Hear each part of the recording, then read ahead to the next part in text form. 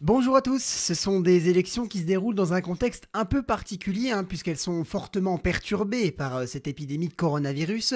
Malgré les diverses mesures prises par les collectivités, l'abstention n'a pas échappé à la région Bourgogne-Franche-Comté, même si elle n'est pas aussi prononcée que dans d'autres régions de France.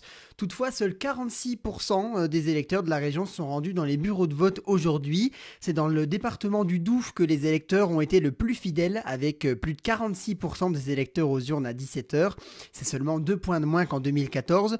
Dans le territoire de Belfort, en revanche, l'abstention est assez frappante, puisqu'on passe de 57% en 2014 à moins de 31% à 17h ce dimanche.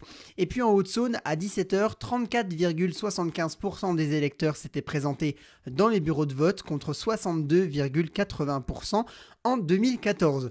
Alors concernant les principales villes de la région, pour Besançon, le taux de participation est de 39%, grosse baisse par rapport à 2014 où plus de 54% des électeurs byzantins s'étaient pressés aux urnes, 34% des Montbéliardais se sont rendus aux urnes et enfin 36% des Belfortins ont déposé un bulletin dans l'urne ce dimanche. En 2019, lors des élections européennes, une majorité des électeurs bourguignons et franc-comtois avaient accordé leur confiance à Jordan Bardella, le candidat soutenu par Marine Le Pen, arrivé en tête avec un peu plus de 26%. À Besançon cette année, il y avait donc 9 listes présentées aux 115 000 électeurs.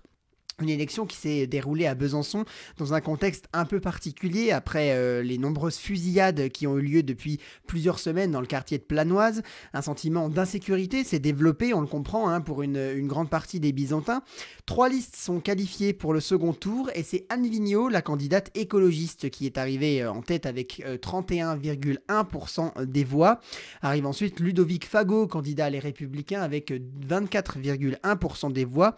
Le candidat notamment prévu d'armer la police municipale et d'en doubler les effectifs pour répondre à la demande des Byzantins au sujet de l'insécurité.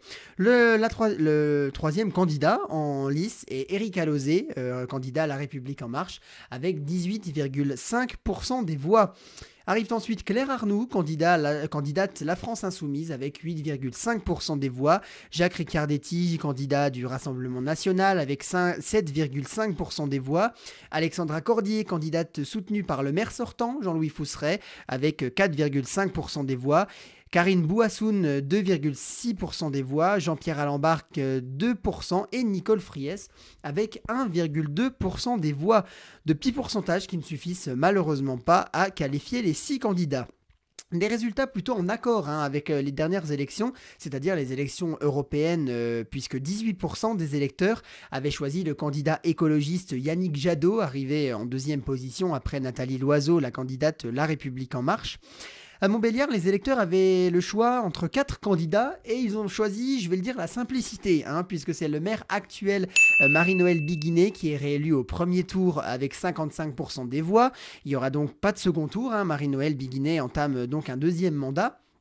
Le candidat Éric Lançon, soutenu par Europe Écologie Les Verts et le PCF, arrive ensuite, le Parti communiste français, arrive ensuite avec 27% des voix, et Denis Sommer, le candidat La République En Marche, arrive en 3e position avec 11% des voix.